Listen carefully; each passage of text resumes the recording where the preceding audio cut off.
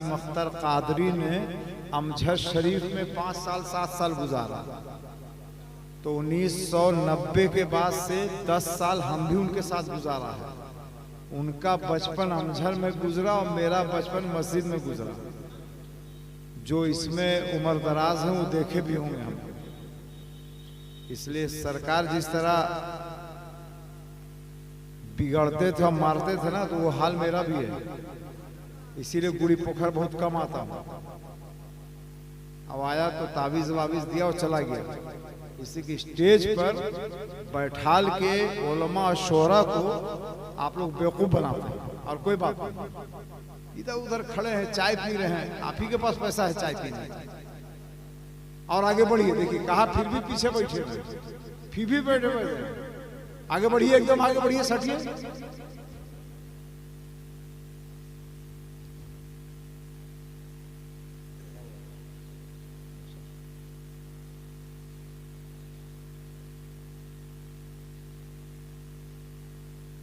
एक वाकया बयान करूंगा। एक बहुत पुरानी नात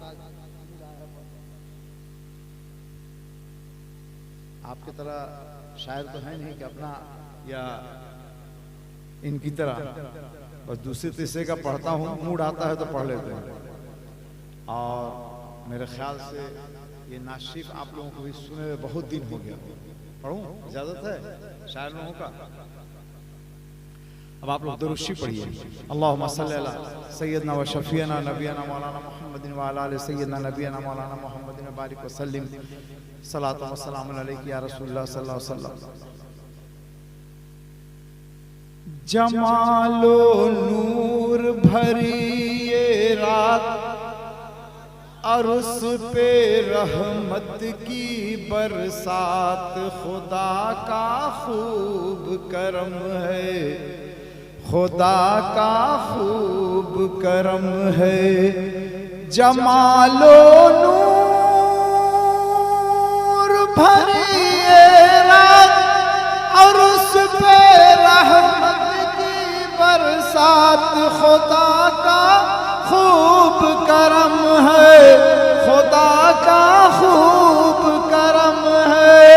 हवाएं हैं ये राहत पोश, फज़ाएं हैं जन्नत पर दोष, खुदा का खूब करम है, खुदा का खूब करम है। जमालो नूर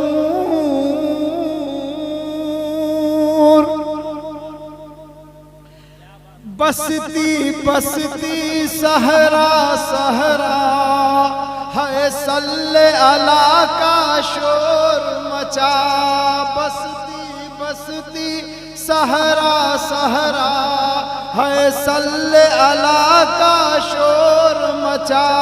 सुबहान अल्लाह सुबहान अल्लाह, हम में आए महबूब खुदा, खुशा इनामो इकराम, गुनहगार जहाँ के नाम। खुदा का खूब करम है, खुदा का खूब करम है।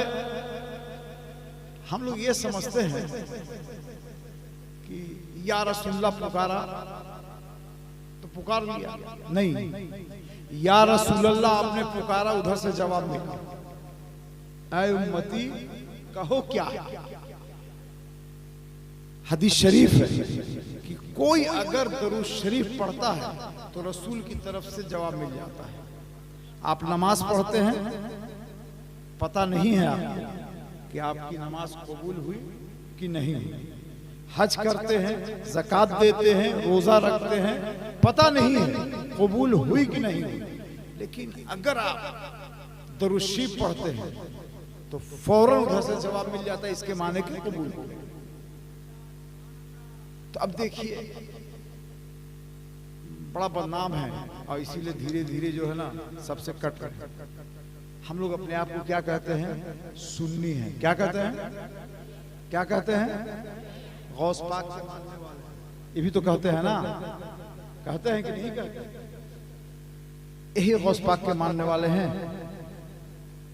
बोलिए मुंह में पान, होंठ के नीचे खैनी, जबान के नीचे गुटखा। और शायर ने कहा, मैं तकरीर करने नहीं बैठा, आपको इस्लाह करने बैठा हूं। शायर ने कहा दुरूद शरीफ पढ़िए। आप दुरूद शरीफ पढ़ देंगे तो जवाब मिल जाएगा? नहीं मिलेगा। याद रखिए, सुभान अल्लाह कुरान की एक आयत है और झूठे मुंह कुरान पढ़ना गुनाह है। इनके कहने पर आप सुभान अल्लाह कहते हैं, अगर मुंह में पान है, खैनी है, बीड़ी है, तंबाकू पिए हुए हैं, महक आ रही है, तो आपको उसके बदला सवाब नहीं मिल रहा है बल्कि आजाब हो रहा है। किसी भी महफिल में जाइए, थोड़ी देर बैठिए लेकिन बावजू बैठिए, इसलिए कि अगर आप गौस पाक का तस्किरा कर रहे हैं तो मेरा ईमान है कि गौस पाक की निगाह आप तक पहुंच रही है। अगर रसूल पाक का तस्किरा कर रहे हैं तो मेरा ईमान है कि रसूल पाक की निगाह पहुंच रही है। आप क्या जान रहे हैं? सरकारे मिल्लत, सरकारे मिल्लत, सरकारे मिल्लत चिल्लाते हैं, तो क्या सरकारे मिल्लत की निगाह नहीं है? बेशक अगर सरकारे मिल्लत की निगाह ना होती, उनकी मोहब्बत दिल में आज भी ना कायम रहती, तो हम दीवाने कैसे? तो हम तो स्टेज पर बहुत कम आते हैं। ये हमारे शहबाज बाबू ने कहा कि वो, अब देखिए बाप माए ने अच्छा खासा नाम रखा एहसान, कुरान की आयत। अब उसको राजू बाबू, राजू राजू पुकारते हैं। हम तो राजू नहीं कहेंगे, एहसान ही कहेंगे। तो इनके बुलावे पर हम आपके यहाँ हाजिर हो गए, लेकिन बात एकदम कड़वी बोलते हैं, दिल में लगे या दिमाग में लगे, उससे हमको कोई परवाह नहीं है। एकदम इस्लाही गुफ्तगू आज के दौर में अगर नहीं हो तो आप सुधर नहीं पाएंगे। आपको महफिल में आने के लिए पाक साफ के साथ बावजू होना पड़ेगा, तभी महफिल के लायक आप बनेंगे। छोटे छोटे बच्चे जिनको मालूम नहीं है कि गौस पाक का मर्तबा क्या है, रसूल पाक का मर्तबा क्या है, वो आगे बैठे हुए। अब आप लोग पीछे ऐसा बैठे हुए, लग रहा है जैसे कि आपसे कोई पैसा मांग रहा है, चंदा मांग रहा है। अरे ये तो इनके नसीब का आपके पास जो आता है वो आप उठ के दे रहे हैं। देने का तरीका भी, देने का आपका तरीका भी गलत है। ये ऐसे जो है ना, ये कव्वालों को और दूसरे लोगों को छूट दिया जाता है। नाते मुस्तफ़ा पढ़ने वाले को ये देने का तरीका नहीं है। आप ऐसा दीजिए कि खुदा की कसम आपके इस हाथ को दिया जाए तो इस हाथ को खबर हो। ये तो आप दिखला रहे हैं, देखिए ऐसे से गिनवा रहे हैं कि बगल वाला गिने कि हाँ इन्होंने शायर को 100 रुपया दिया, 200 रुपया दिया, उसका सिला आपको नहीं मिलेगा। लेकिन आप किसी भी आलिम दीन को, किसी भी शायर को, किसी भी का नाम है कि अनाउंसर को ऐसे देंगे कि आपके इस हाथ को खबर नहीं हो, तो उसका सिला आपको अल्लाह तबारक व तआला देगा। ये तो मशगूल है नबी के तस्किरे में, नबी के कालम के अशार में, गौस के मनक़बत में, सरकारे मिल्लत के नाम में। अब आप इनको ऐसे दीजिए या वैसे दीजिए, आप ये सोच रहे हैं कि हम दे के बहुत नाम कमा रहे हैं। नहीं, आप गुनहगार हो रहे हैं। देने के तरीके को बदलिए। आप कहते हैं कि बड़े सरकार के हम मुरीद हैं, बड़े सरकार के मानने वाले हैं। बड़े सरकार का कभी देखा आपने पैसा ऐसे ऐसे देने के लिए? वहां भी तरीका बताया गया था। 5 डब्बा था, 4 डब्बा था। मंसूर बाबा का दरगाह खानकाह शरीफ का नहीं था? था ना? आप कितना दिया बड़े सरकार को, उससे कोई मतलब नहीं। सबकी कमेटी बनी हुई थी, सब अपना अपना हिसाब कर रहे थे। पूछा सरकार आपके पास कहां से आता है? कि मेरा गौस है बेटा, काहे घबराता है? मैं तो बचपन से उनके यहाँ आता जाता रहा हूं ना, हर चीज को देखा। ये आजकल जो इख्तलाफात चल रहे हैं, मैं इसको नहीं मानता। ये खुद गर्जी का इख्तलाफ है। उनके नाम के रोटी को सेक के देखिए, 2 चीज होती है। एक होता है अल्लाह अल्लाह अल्लाह अल्लाह अल्लाह अल्लाह अल्लाह अल्लाह अल्लाह करके आप नाम कमा लें, एक होता है कि मस्जिद में जुमा के दिन आप खुतबा से पहले मेंबर पर जाके ऐसी कोई हरकत कर दे, पेशाब कर दे, पैखाना कर दे, तो उसमें भी आपका नाम हो जाएगा। लेकिन एक नाम शराफत से लिया जाएगा, एक नाम रजालत से लिया जाएगा। आपने देखा नहीं, आपने सुना है, शैतान जो आज है वो बारगाहे इलाही में जितने फरिश्ते हैं सबका सरदार। सुना है ना? नहीं सुना? बारगाहे इलाही में सबका सरदार था जितने फरिश्ते थे, लेकिन एक सजदे की वजह से,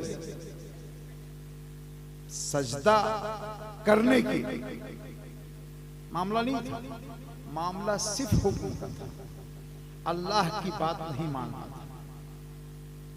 मामला मोहब्बत में का नाम है कि अदावत पैदा करने की थी। अल्लाह ने उसको अपनी मोहब्बत में फरिश्तों का सरदार बना दिया, लेकिन हुक्म अदली करके वो अदावत कर गया, तो अल्लाह ने उसको तौक पहना दिया शैतानियत। तो इसी तरह लोग देखे कि भाई सरकार मिल्लत को ना 50 रुपया से मतलब है, ना 100 रुपया से मतलब है, ना फाल खोलाई से मतलब है, ना पानी फुकाई से मतलब है, तो कैसे क्या किया जाए? मैं गवाह हूं, मेरे पास आए थे, मैं मुजाहिदे मिल्लत के उर्स में 11 साल कंटिन्यू आया, उसी 11वें साल में आए, बोले कि आपके वालिद तो साहिब से ज्यादा हैं, उनसे बात करवा दीजिए। वो मुजाहिद का नाम है कि हबीबी कमेटी वाले को काफिर कहे हैं। वालिद के सामने मेरे सरकार ने कहा हमें क्या जरूरत पड़ी, लेकिन अब वो कह रहे हैं तो उसका फैसला गौस पाक करेगा। आखिरी दम तक उनका यही बात निकली। आज खुद लोग चाह रहे हैं कि उस बात को वापस ले ले। इससे बड़े सरकार की जात पर कोई फर्क नहीं,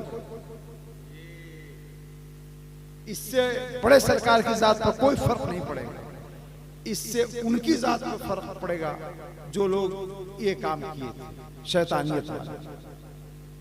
बड़े सरकार जो कल थे वो आज है और कल रहे।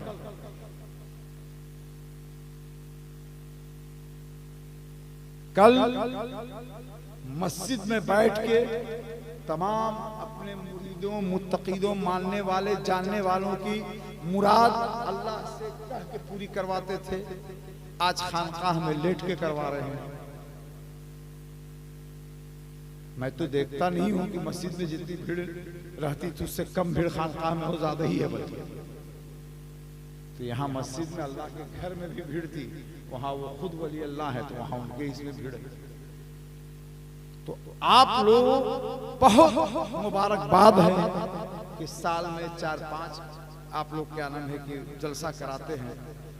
ये क्या नाम है उसका, शुएब कादरी है, वो भी शुएब कादरी अपने पीर के नाम से जो चैनल खोले हुए, उसके जरिए कभी कभी मैं देख लेता हूँ कि गुड़ी पोखर में ये हुआ, गुड़ी पोखर में ये हुआ, ये प्रोग्राम हो रहा है, वो हो रहा है। लेकिन एक बात गुड़ी पोखर वाले सुन लो, तुम बेअदबी मत किया, तुम सरकारें मानने वाले मुरीदीन हो, एक नंबर तुम्हारा है, लेकिन तुम बेअदबी करते हो अपने आप से तो गुनहगार हो जाते। अब आप कहिएगा कि एक नंबर कैसे कह दिया आपने? इसलिए कह दिया कि जिस खानकाह से बड़े सरकार उसी खानकाह के हम लोग गुलाम हैं। उनके बाद तुम लोगों ने उसी तरह मानना शुरू किया है जिस तरह बड़े और छोटे को माना करते। मुझको ज्यादा कुछ बताना नहीं है, बस आपको अब उधर ले चलते हैं। वबिल वालिदैन इहसाना, अल्लाह तबारक व तआला ने मूसा से बहुत सारा ऐसा काम करवाया है जो आज के दौर के लोगों के लिए इबरत है। मूसा अलैहिस्सलाम कोहे तूर पर गए, बोले परवरदिगारे आलम, जन्नत में दो आदमी साथ जाएंगे। परवरदिगारे आलम मेरा साथी कौन है? अगर तू बता देता और अगर वो जिंदा है तो मैं उसको देख लेता जरा। परवरदिगारे आलम ने कहा, मूसा मत जानो कि कौन तुम्हारा साथी, वो दुनिया ही में है, बेहतर है कि तुम ना जानो। लेकिन मूसा अलैहिस्सलाम पैगंबर नबी अल्लाह के जिद कर गए। अल्लाह ने कहा कि चले जाओ फलाने जंगल के कगार पे एक गाय ज़बह करके गोश्त बेचने वाला शख्स, जिसको आज के लैंग्वेज में कसाई कहा जाता है, वो तुम्हारा साथी है। अब मूसा अलैहिस्सलाम ने सोचा, परवरदिगारे आलम, एक नबी के साथ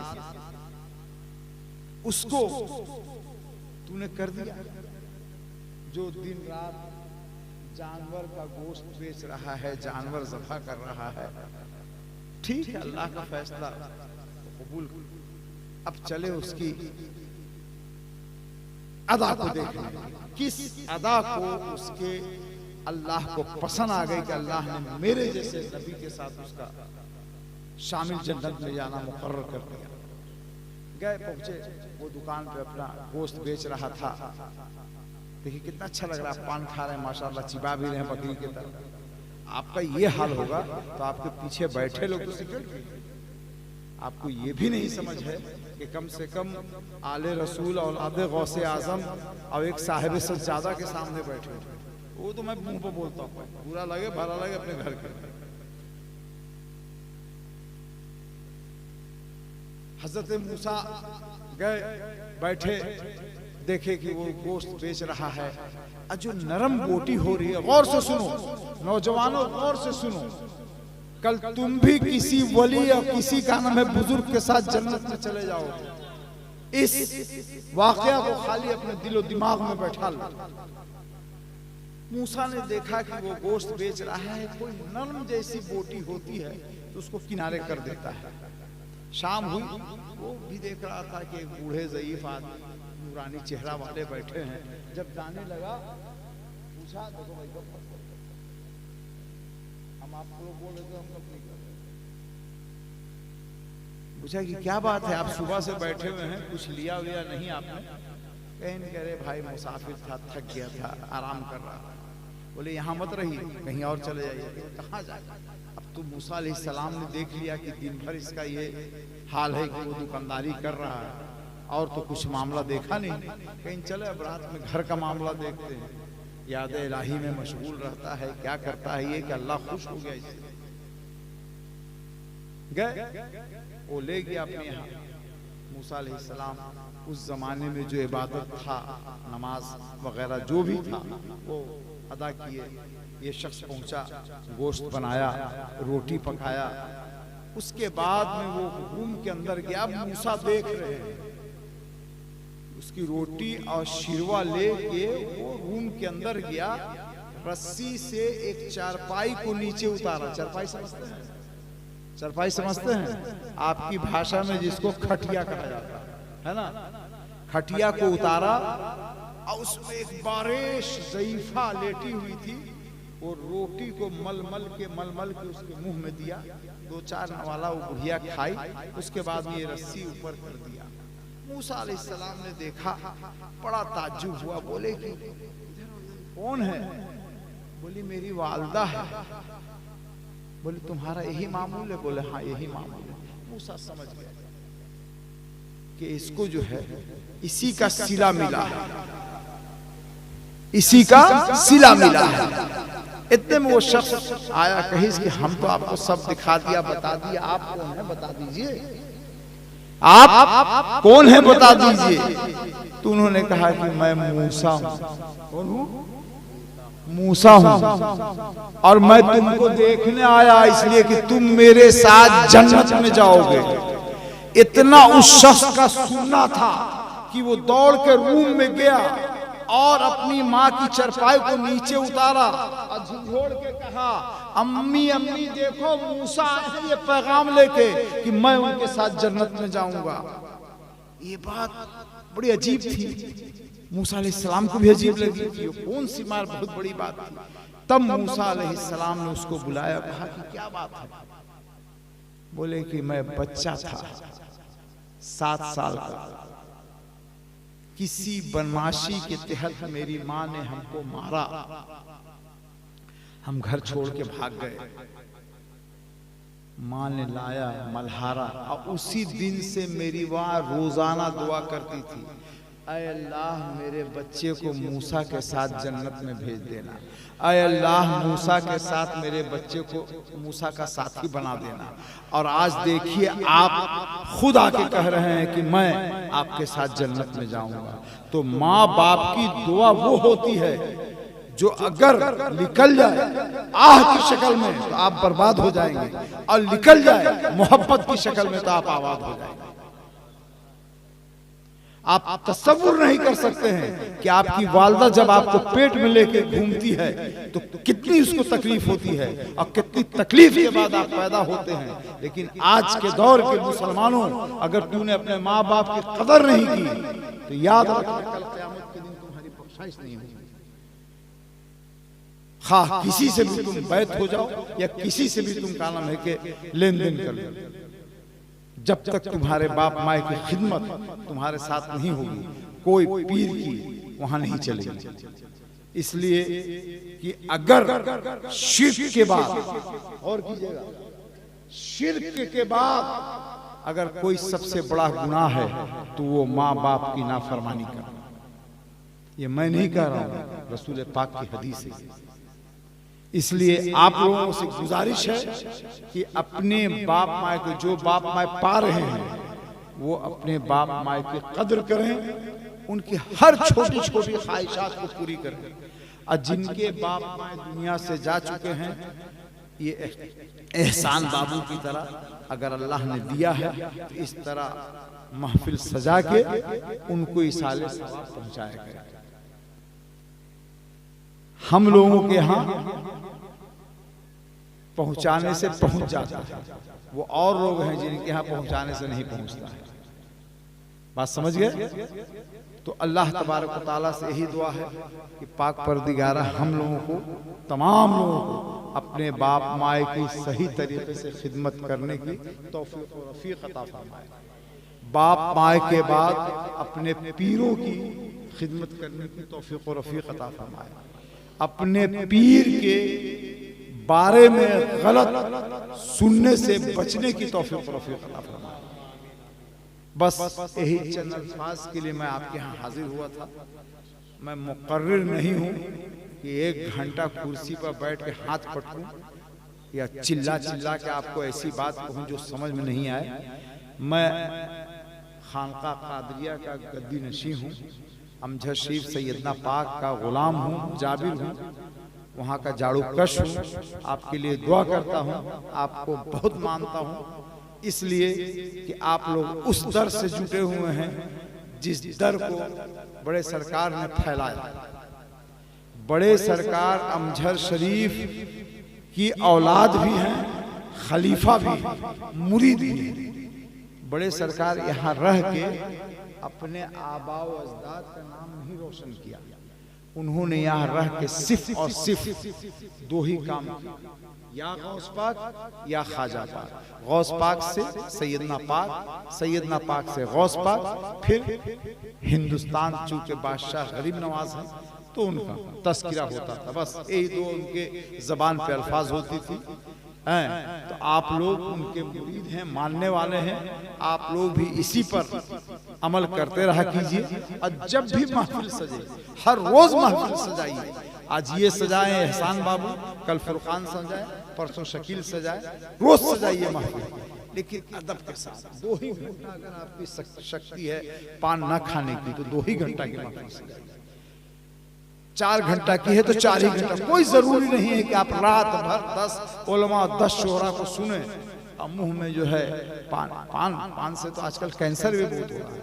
मैं जलसे में कम जाता हूँ, तावीज़ात बहुत बांटता हूँ।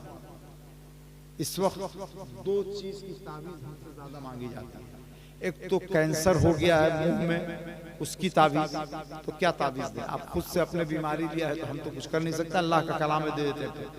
और दूसरी चीज बच्चियों के बारे में, हजरत मेरी बच्ची निकल गई, हजरत मेरी बच्ची चली गई, वापस के लिए दुआ कर दी, वापस के लिए ताबीज दे दी। ऐ मुसलमानों, तुम्हारे घर से दीनी तालीम उठ गई है, जिसका नतीजा ये कि आज तुम्हारी बच्चियों में और तुम्हारे बच्चों में ये फर्क नहीं रहा है कि ईमान वाले कौन हैं, अब ईमान वाले कौन हैं। इसीलिए वो शादी करने से कतरा नहीं रही। कल ही एक बदायूं शरीफ में एक बच्ची जो है गैर मजहब से शादी कर ली। वो शादी तो नहीं हुई, इसलिए कि जब तक के दोनों कलमा गो नहीं होंगे उस वक्त तक निकाह नहीं होगा। बहरकैफ आप लोगों से एक गुजारिश ये भी है कि अपनी बच्चियों को तालीम जरूर दीजिए, लेकिन अरबी तालीम दीजिए, ताकि उनको शरीयत पता हो, उनको ये मालूम हो कि क्या हराम है क्या हलाल है। ये जरूर आप अपने बच्चियों को तालीम दीजिए, बच्चों को तालीम दीजिए। 8 साल से पहले कोई भी बच्चा बच्ची स्कूल नहीं जाता, आप स्कूल भेजिए, लेकिन इस 8 साल में शरीयत की पूरी तालीम दे दीजिए, कुरान पूरा पढ़ा दीजिए, हदीस का हर पहलू उनको समझा दीजिए, बुरा क्या है अच्छा क्या है। हमारी बात को गहराई से सोचिएगा और उस पर अमल करने की कोशिश कीजिएगा। हम अल्लाह ताला से ही दुआ करते हैं कि अल्लाह पाक गौस पाक के सदक़े तुफ़ैल में मेरी बात जो कही है उसको आपको कबूल करने की तौफ़ीक़ और रफ़ीक़ अता फरमाते हैं। बस मैं इतना ही कहने के लिए बैठा था, अब इजाज़त दीजिए। बाकी आपके और शोरा और उलमा हैं, उनसे आप अपनी मीठी मीठी अच्छी अच्छी बात सुनिए। आप लोगों को अल्लाह सेहत तंदुरुस्ती के साथ रखे। खुदा हाफ़िज़। उठाइए, आप आ गए, आइए, सलाम।